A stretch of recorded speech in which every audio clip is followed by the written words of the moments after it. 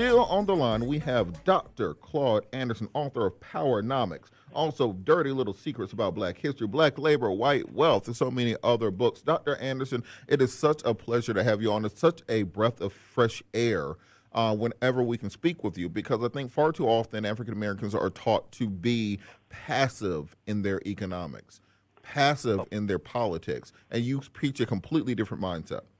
Well, you're absolutely right. See, and that's what I had on three major instances. The first that I indicated to you was the 1705 slave codes that taught blacks how to behave, to play get low, to never challenge white folks, to not step off the sidewalk when they come down the sidewalk, to never look a white person in the face, take off his hat when you talk to a white person, to never address them by their first name, never be in the presence of a white woman without permission, or a white man being absent. It goes on and on.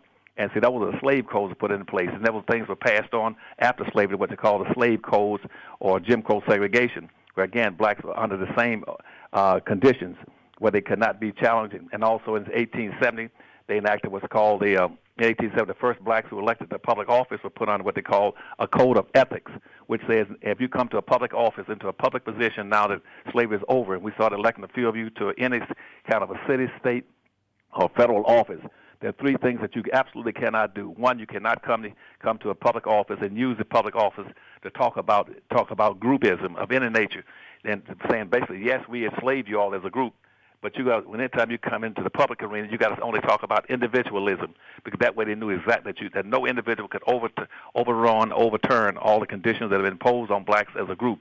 The second thing they told them you could not do. You could not come here and talk about anything talking about blackness. You had to talk about very neutral things.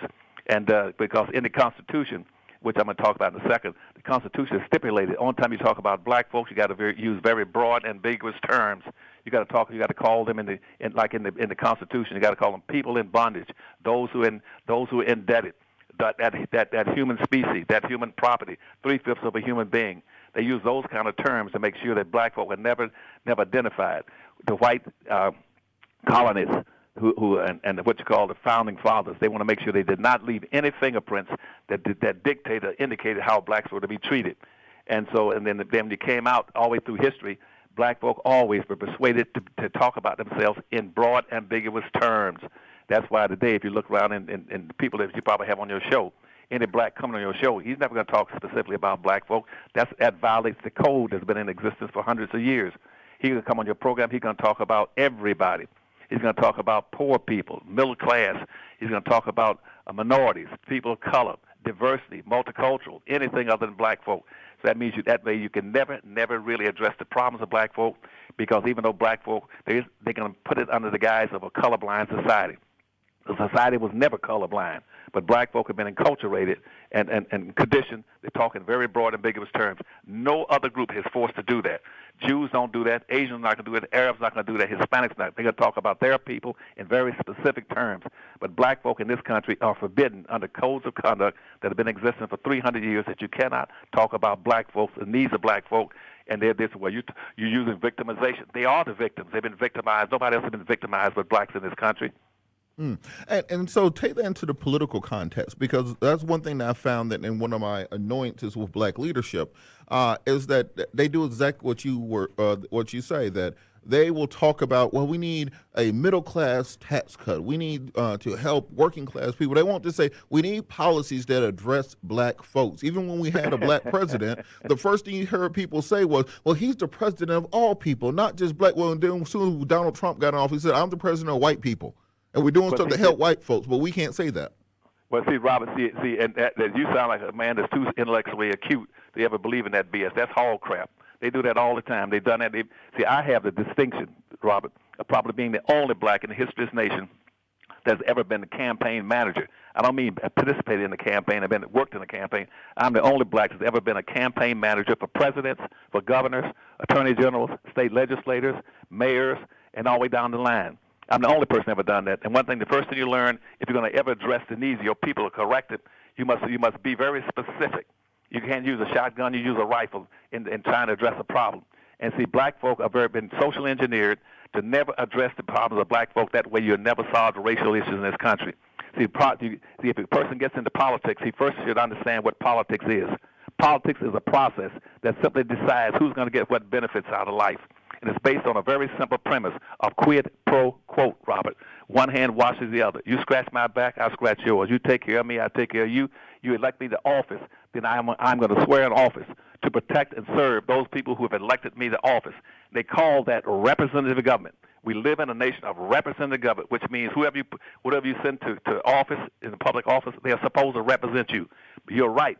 Black people are the only people in this nation that will send a person to office, and as soon as he gets there, he'll say, I'm here in this office, but I cannot do anything for black folk. I cannot represent you. And see, as you indicated, Obama was an expert at doing that. As soon as he gets in office, they ask him, why don't you do something for black folk? Even when he's challenged to do something for black folk, he'll say, I can't represent black folk. I got to represent all the people. He'll pretend that somehow that black folk are not in that all.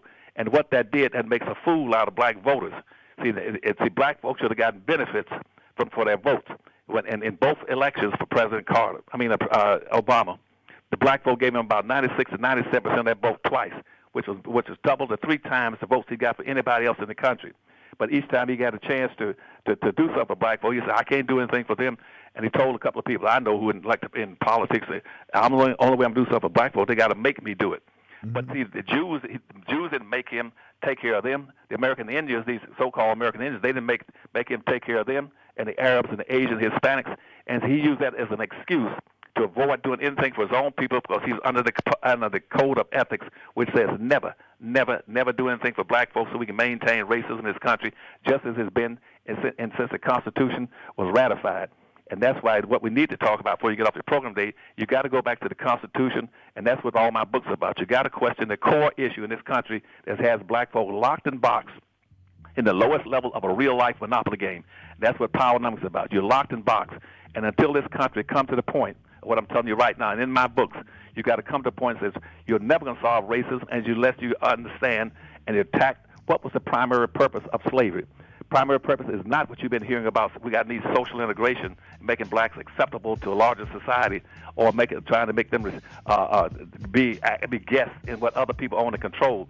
The purpose of slavery was to systematically, socially engineer black folks into the lowest level of a real-life monopoly game, then to maldistribute almost 100% of all this nation's wealth, land, power, income, businesses, privileges, rights, and control of all levels of government and resources into the hands of the dominant white society. And never in the history of this nation since 1865 has that issue been addressed. No blacks that come on your show or any place in this country would say our primary thing is not marching the streets saying Black Lives Matter, but what matters is we have yet to go back and demand, not ask and beg and pray for, go back and demand this side, go back and correct those things in this Constitution that made the first Constitution. We got 2 constitutions. They made the first Constitution of affirmative action plan for whites and gave them everything, and that's never been addressed. Only time it should have been addressed was in the second Constitution that was put into place in the 1860s with the 2 civil rights laws, the 13th, the 14th, and 15th Amendment, and nobody's paid attention to that. You're going to never solve racism unless you start abiding by the PowerNomics principles. That's why my first book was called Black Labor, White Wealth. The second was called PowerNomics. The next 2 was saying the blacks are very special people in this country. All right, Dr. Right. Dirty Little Secrets about black history and his heroes and other troublemakers. Two volumes of that, and now the present book is called The Black History Reader, which is a capstone of all my books, which goes in a vertical system from black labor, white wealth at the bottom to the top was Black History Reader. All right, King, after the break, can you just stick with us for one more segment? 'Cause I know all the listeners want you to just to tell us about the new book, how they can get it. So can you stick with us for one more segment? I'll be glad, but I'll do that for you, Rob. Thank Jesus for it. All right, we'll be back after the break.